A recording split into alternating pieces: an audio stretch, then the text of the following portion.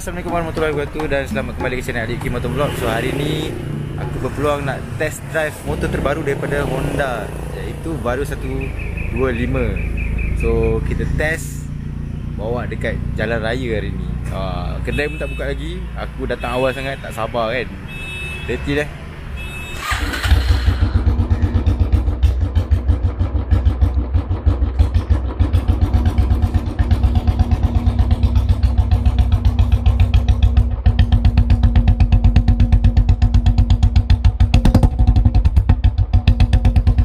Hujan semakin lebat. Agak masalah juga aku nak review motor ni. Hujan lebat lah pula. Aduh, pisang. Hujan lebat.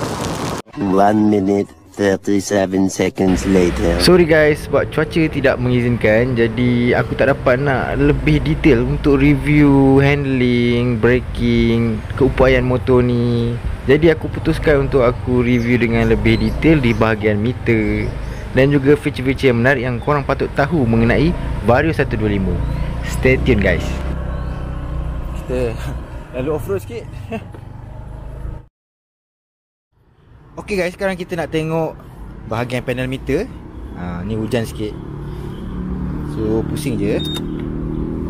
So kat sini ada kunci, injection dan juga ISS, Idling Stop System. Okay.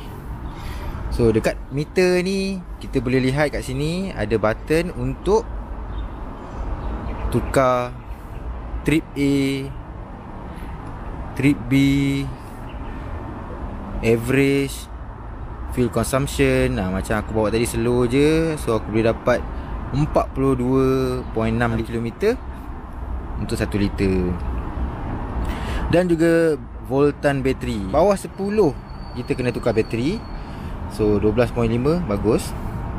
So ini mileage dah 20 km dah motor ni jalan. So kat bawah ni bukan RPM kat bawah ni indikator penjimatan kita. Kalau kita bawa santai je, so dia punya meter bawah ni akan lebih tinggi lah. Maksudnya untuk 1 liter lebih jauh kilometer. Ini kilometer untuk 1 liter. Okay. Kat sini minyak. And then ada signal. Signal kiri dan kanan. Lepas tu ISS ni ada juga lampu dia. Ya. Nampak. So ISS ada. And then yang paling penting motor ni ada handbrake system. Dia ada handbrake guys. So kalau korang macam berhenti dekat bukit kan, mesti korang terundur kan. So bila terundur tu, inilah penyelamat dia. Korang boleh letak handbrake. Nak buka balik handbrake, kita grip je. Okay, nak kunci balik macam tu. Nak buka balik, itu saja. And then tak ada untuk pass light, tak ada. So ada lampu atas, lampu bawah saja, yang juga berada pada panel meter. Horn dekat sini, signal kat sini. And then ISS button kat sebelah kanan, starter sebelah kanan. So kat bahagian sini seat. Nak buka seat, kena letak dekat bahagian seat ni, yang tekan saja. Kita nak lock handle, tolak ke kiri dan kunci. Nampak ada lampu kunci kan. Maksudnya motor ni masih bersambung dengan ni kunci ni. Kalau kita nak lock dia, tekan sekali. Okay. Okay, nampak kat sini ada berkelip. So bila berkelip, maksudnya motor ni dalam keadaan ada alarm. Kalau korang usik, dia bunyi lah. Itulah dia. Okay. Okay, senang je motor ni. Canggih guys, canggih. Untuk bahagian belakang ni pun Honda memang buat yang perfect. Tak payah usik-usik apa lah, memang perfect ni. Ni besi And then tayar dia, aku lupa nak cerita lah. Tayar dia bersaiz 180/14 belakang dan hadapan 90/80/14.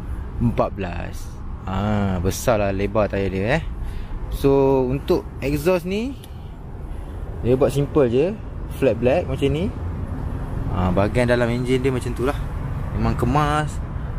Memang sangat-sangat kemas. Dah kotor lah bawa tadi kan, memang hujan lagi. So motor ni pakai coolant guys. Okay, nak check coolant kat sini ni tempat kita nak check kita punya level air coolant kita lah. So kalau low, kat bawah low lah. So kita kena buka skru ni dan top up saja dekat sini simple sangat lah motor ni. Senang je, senang nak access semua tempat, kecuali plug lah, plug kat dalam kan. Okay, ni tempat bateri. So kita tutup balik, simpan kat sini.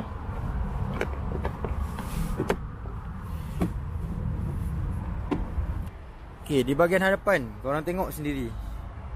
Nice ke lampu dia. Okay, ini pun LED. Dia semua LED motor ni. Ini LED. Ini daylight pun LED. Itu signal sebelah kiri, kat bahagian atas ni dada dia. Dan ni signal sebelah kanan. Okay, ini lampu bawah guys, lampu bawah. Dan ini lampu atas. Cantik. Cantik guys.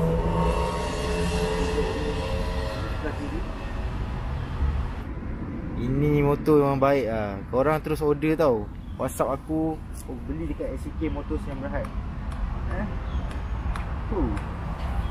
Terbaik guys.